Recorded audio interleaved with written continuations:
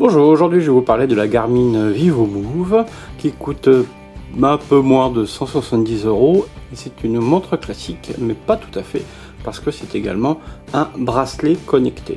Alors, connecté en quoi? On va commencer par le début. Donc le coup de la montre, regardez, hop, le design,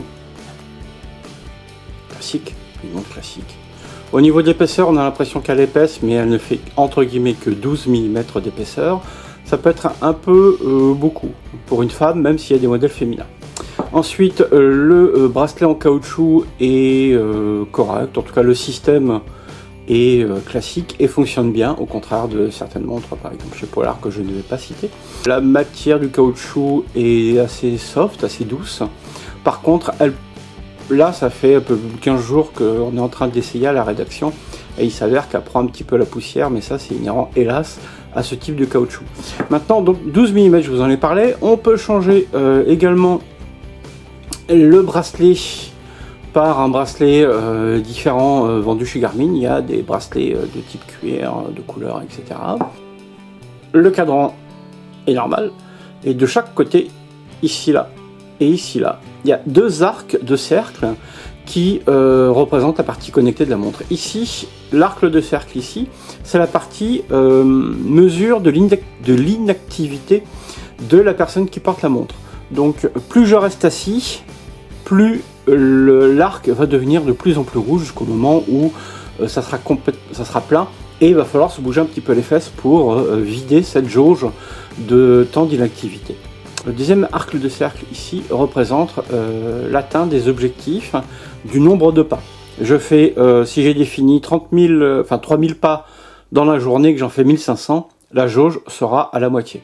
Donc voilà, c'est classique, c'est basique, mais en tout cas c'est efficace. Au niveau de la durée, d'autonomie de la montre, elle est donnée pour 1 an, bien sûr, on n'a pas pu la tester.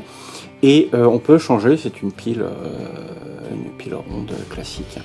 Donc voilà pour la Garmin Vivomove à 169 et quelques euros. Elle vous plaira parce que elle peut vous plaire parce qu'elle a un design de montre classique et en plus elle est connectée, un minimum connectée à le b.a.-ba d'un bracelet connecté, c'est-à-dire que la barre d'inactivité et l'atteinte des objectifs ici.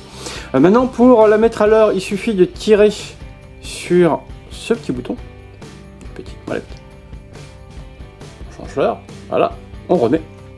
Et pour la synchroniser avec un téléphone, il suffit d'appuyer ici. Voilà, on voit la barre d'inactivité qui bouge ici. Elle est en train d'essayer de se connecter, de se synchroniser avec votre smartphone. On l'a testé de nombreuses fois et ça marche impeccable. J'ai jamais rien vu d'aussi rapide au niveau appairage.